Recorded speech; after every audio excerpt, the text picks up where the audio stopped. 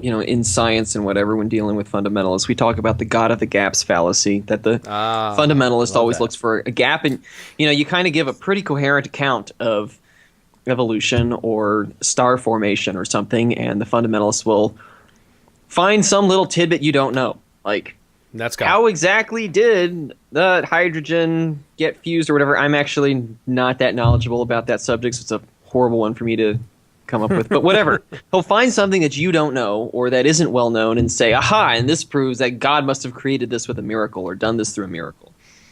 Yeah. Liberals do that. It's a racism of the gaps. So no matter how many statistics, no matter how much data you have, they're going to find whatever it is you didn't know or you didn't present or we don't have data for and say, see, and that it's therefore explained by racism acting in this gap right here. So you get this, you get the police data, you get all the statistics on race and crime, and it's going to be okay. It's racist cops. That reminds me. You get rid of that, and they're going to say, no, it's the racist system that keeps black people poor. And now that we have a breakdown that shows that upper class blacks commit homicides at higher rates than lower class whites, I don't know where they're going to come up with next, but the explanation will be racism, of course. Of course. It's I gotta just. Since you mentioned that, I do have to give credit to Alex McNabb, who a couple of years ago, you gotta give him a lot of credit. You gotta give him a lot of credit. A couple of years ago, he wrote old articles, probably could be found on TRS somewhere, called "Stereotype Threat: The God of the Gaps for Liberals." Nice. Where essentially he was saying that sociologists use so-called quote-unquote stereotype threat, which if anyone doesn't know, it's the idea that by you thinking black people will fail, that means that they will fail. You know what I mean? Like, in other words, like white perceptions of black people actually affect their behavior it's actually a well-known affecting perceptions. It's actually a well-known historical fact that the reason the Turks invaded and sacked Constantinople is they had been stereotyped as city-sacking barbarians for hundreds of years by Christians. Right, Europeans just thought that these Moors were just these raping and pillaging and sacking people, and that's why they did it. we willed it to happen. We used our Jedi powers and we willed it to happen. It's funny because I've said this before when Stereotype Threat comes up. I'm always like, well, so you're saying that white people essentially have like Professor Xavier style mental powers? I'm gonna start I'm gonna start stereotyping black people as people who leave the continent. Stereotype threat somebody to people who what? Money? Oh, but they don't have money. But you know what I mean. Like I said, people who leave the continent. So this stereotype of Jews controlling society, the stereotype of Jews controlling society exists. So did that stereotype threat come true? Ooh, yeah. Well, it did. Wow, we're good, huh? Oh man, that reminds me of another thing I wanted. The stereotype of greedy Jews. I mean, there you go. Well, they're not saying that. It's funny because alternatively they'll say like stereotypes are all false, particularly negative ones, even though there's actually been studies that show that's not the case. Stereotypes are almost always true.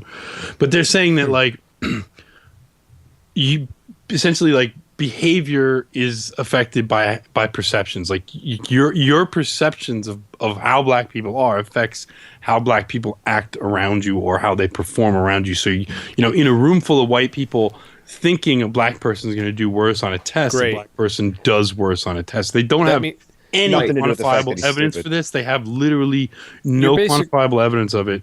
The stereotypes are false, but they come true all the time. And shut up. You're basically telling me that I'm going to get stabbed tomorrow. Right. Yes, I'm going to get stabbed. So we should start stereotyping Muslims as people that leave the West. Those are those people that leave Europe. That's right. Muslims. Those are those people that I've go been home. thinking about about Muslims for years, that they're people that leave Europe. Well, it's like I always say, stereotypes save time.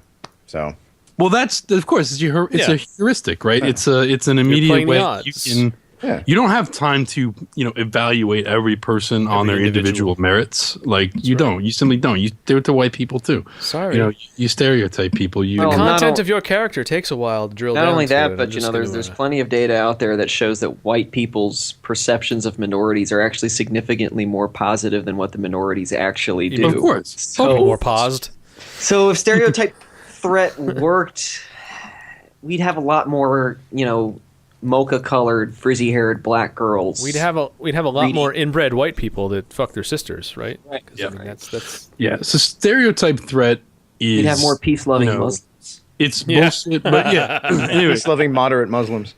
Yeah, that's true. We would have more of those. But I did want to give Alex credit for coming up with that idea, that concept. It was a good one. They don't have it. The one place where they've been able to claim that they have proven stereotype threat is in gender, male and female, in terms of it's like in college classrooms, they can induce or remove stereotype threat by like essentially taking a class full of people, men and women, and saying like, I don't know how they didn't get these people to know this was some bullshit, but like they'll say like, oh, here's your test that you're taking. This is a test that typically women perform worse on, and then like the women will all perform worse on it. Or if they say reverse, like women typically perform better, then the women perform better on it. Right, so giving students anxiety or confidence for a test proves that the reason black people shoot each other is we think they're going to shoot each other. Exactly, that's the thing. It's like essentially the problem is that in the control, which is not saying anything, they're not getting one results one way or the other. So they're inducing the anxiety or the confidence, and then getting like slightly adjusted results based on that in an already pre-selected group of college students. Like it doesn't prove anything. And this, my friends, is why we real scientists do not consider social sciences to be actual science. Right, but I mean, it's funny because it's like I'm not a scientist, okay? I didn't graduate from college. I'm not a scientist, but even I was able to like immediately spot the bullshit, because I'm like looking at how they're doing. I'm like, wait a second, that doesn't prove shit. Like, what the fuck are you talking about?